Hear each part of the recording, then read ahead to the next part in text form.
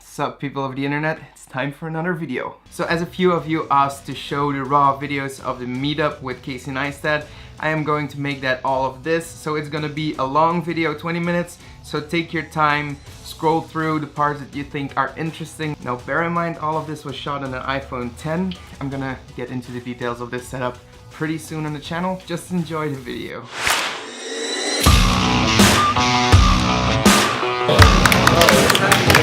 Hey man, what did I walk into? And you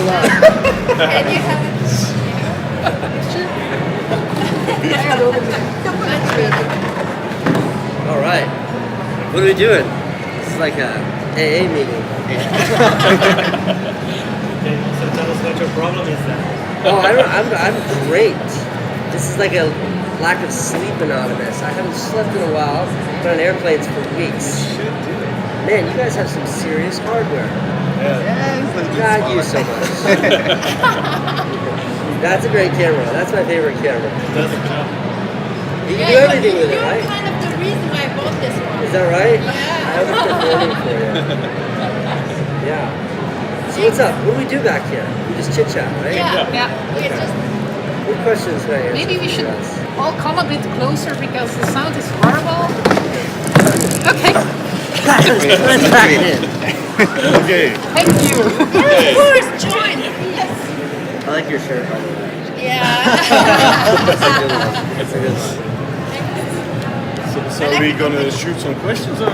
Yeah, shoot some questions. I got nothing but answers. Okay. I just listened to you and Oh, cool. I heard Okay, it. yeah, do it. It's cool that you can get Someone's here. prepared. I had. You said with the Nike Fuel video, Yeah. you started something. Brands who link themselves to the feeling of or your channel, and now you said everybody does it. It's like even the soap bars do it. Do you think that that's a problem that's going to change in the future because everybody's now looking at you? Oh no, it's sponsored. Like with you, it was, whoa, this is nice. I don't care if it's for Nike. Yeah, I mean, I don't think it's new anymore. And I think that this idea of making, integrity-based content that's branded was so new 5 years ago. And I use the example of Dove soap now makes branded content that affects you. And I think that it will find its own path to a point where it actually makes sense and it's less kind of experimental than what we see right now. But I think the biggest learning from that was that if you sell an idea, people will buy the product. But selling an idea is something that never existed before. You always sold the product. Here's our car, here's how many horsepower it has, here's what it does, buy this car. And now it's about selling a message, selling something behind that.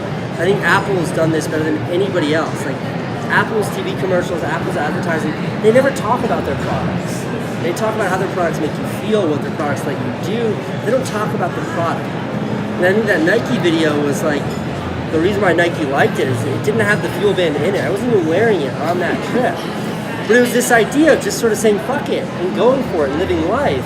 That idea was so close to what they were trying to do with their product that it was a really natural marriage. It was a really effective marriage.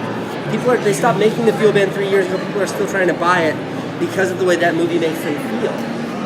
And I think that was the biggest learning. And I think that when I work with brands now, I either say yes if I think I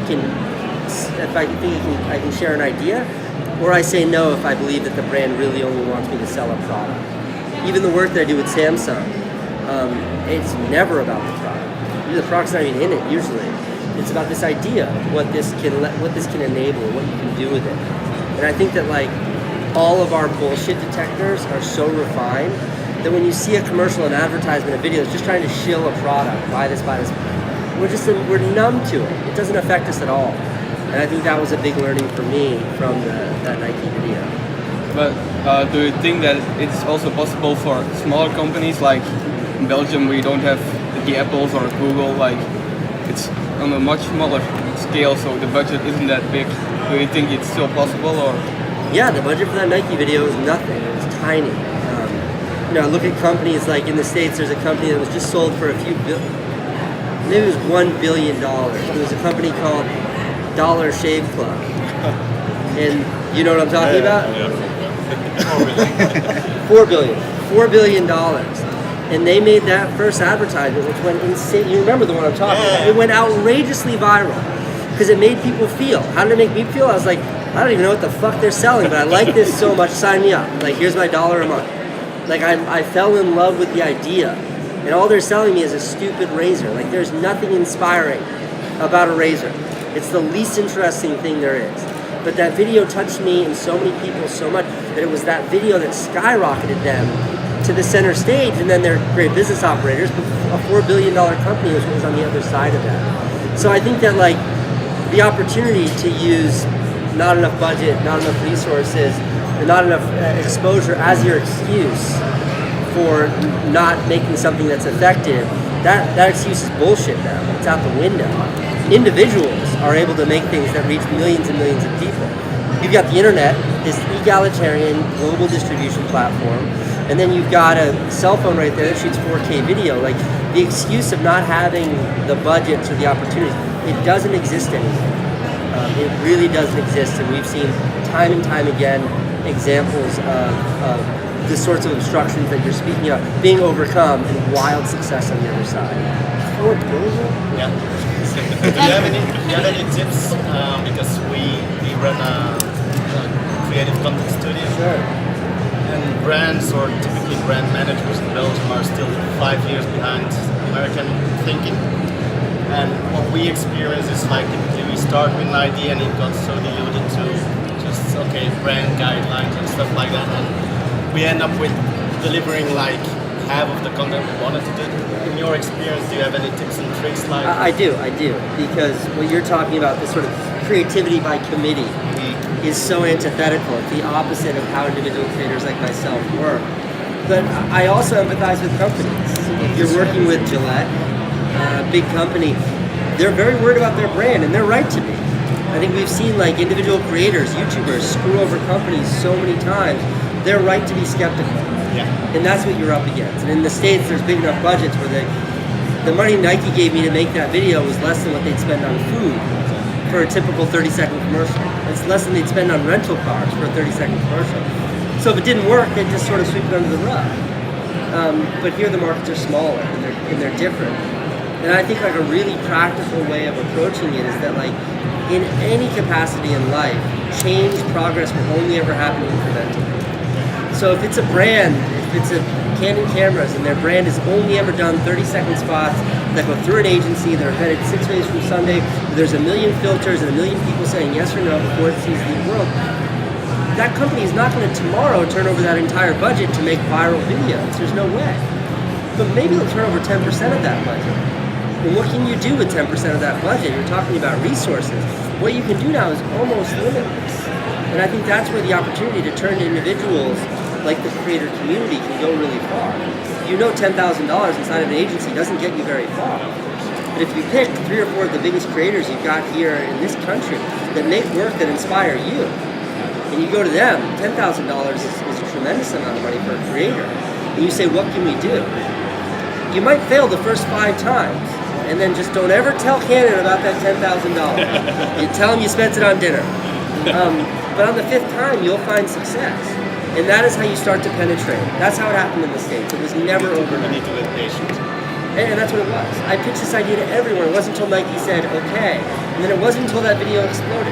When Nike saw that movie, they were still skeptical. We don't know what this is. They wanted me to do it just in case it didn't work out. They could be like, that was Casey's thing. They were skeptical.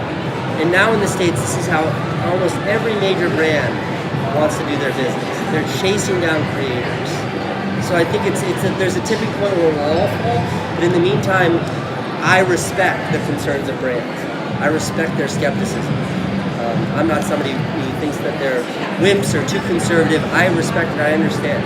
I know what it means for a big agency to have a big client and not want to jeopardize that. So I think progress is slow and incremental. It's never changing everything. 80s, like what the Mad Men era, like they had absolute control over how anything was seen. It's going to be on a magazine. It's going to be on a billboard. It's going to be on TV. We got them. And now, like, you know, Coca-Cola is competing with every 12-year-old that has an internet connection on planet Earth. And when my kid he's 20 now, but when I watched him when he was 15, he'd watch a YouTube video, he'd click play. If there was a 5-second pre-roll, he would do Shift T, and he'd be on a new tab, he'd be scrolling through Facebook like this. 4.5 seconds later, Shift 1, back open, skip, play. His bullshit detector was so refined that agency-produced commercial was invisible to him. Bullshit detector, red light went off, boom, boom, boom, out, and then back in, so he never had to be exposed to that advertising. And he was a kid, he was not doing delivery. And like that's what you're up against. So what can you do to like not only not have the kid skip the 5-second pre-roll, but have him choose to click on it. Have her want to see that. Have her share that. Have that be her favorite video. And then have kids come up to me all day. I still do have kids come up to me saying that Nike Make It Count video changed their life. It wasn't my goal. I made it because it just seemed like a fun thing to do. But that's a video that affected people. And it's a fucking commercial to sell electronic bracelets that cost $200. And I think like that, doing that is very hard. But the impact of that is sort of, I think it's hard to negate. And I think like that is the shift that brands and agencies all need to slowly adapt. Because 10 years from now, I think all content distribution is going to be so wildly decentralized. There's no longer blind a block of 30-second spots and knowing you're going to reach 4 million people. It's fighting for attention. And the only way to get someone's attention is to serve them something they want to see. Because we no longer have to see it. Hi, I'm a weather presenter here in Belgium.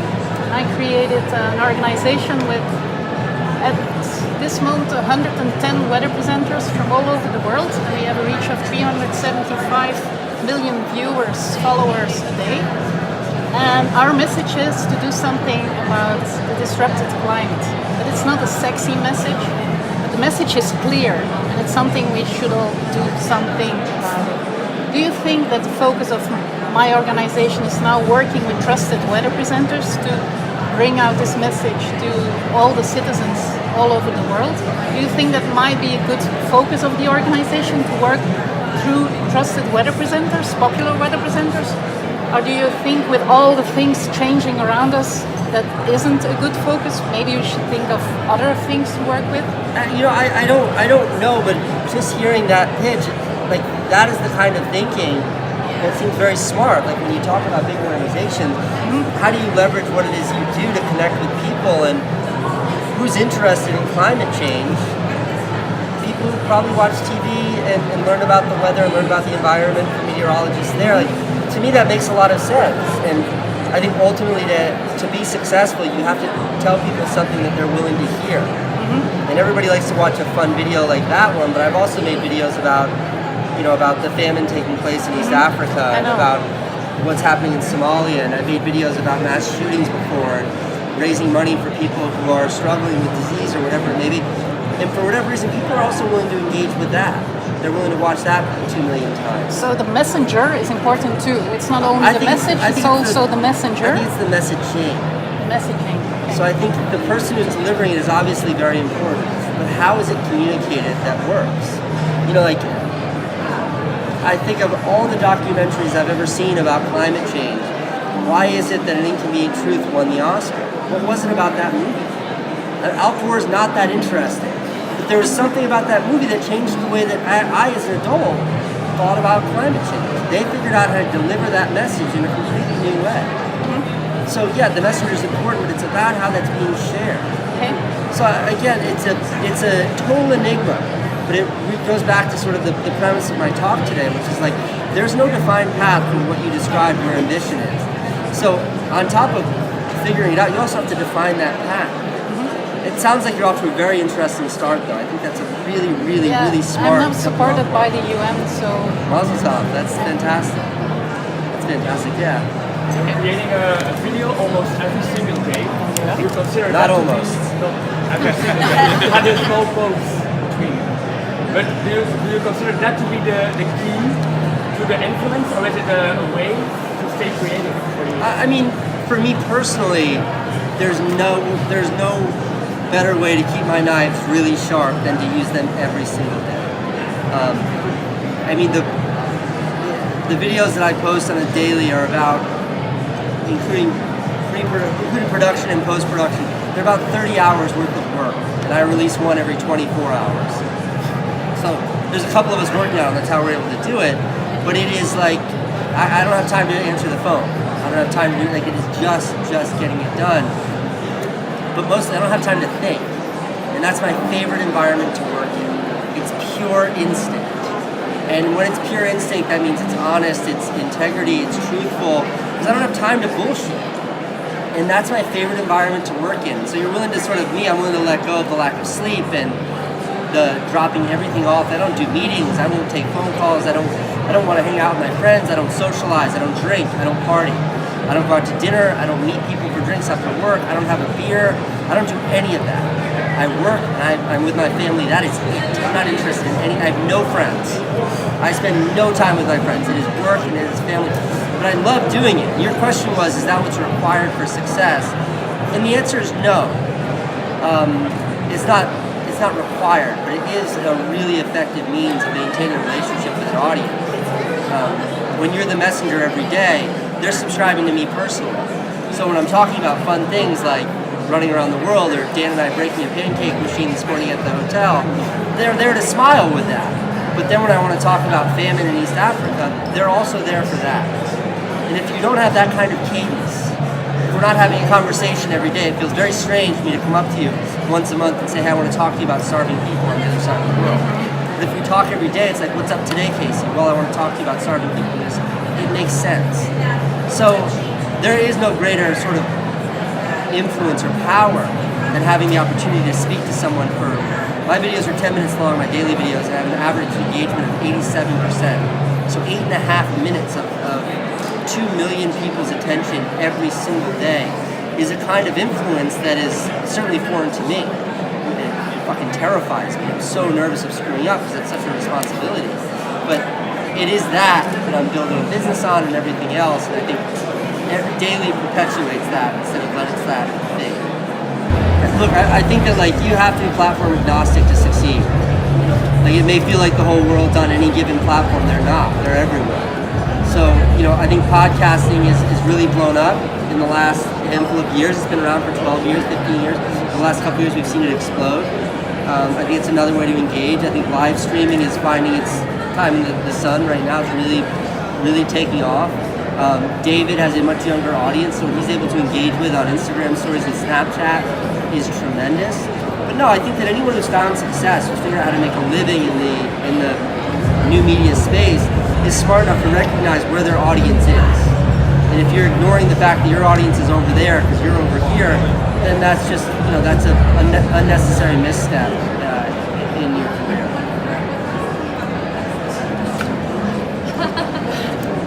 I think you really have to do what you love, and if you like people, reach out to people like us who are following you. I just want to ask for a signature if it's possible in a picture. Yeah? 1 minute? There we go. Yeah, let's do selfies with everybody. Well, hello there. Now, if you watched all of the video, I hope you got a ton of information out of it. I just rewatched it while editing this, and I think it's amazing, all the knowledge that Casey is putting out for us. And as always, subscribe if you like these videos that I'm putting out for you. Inspire, create.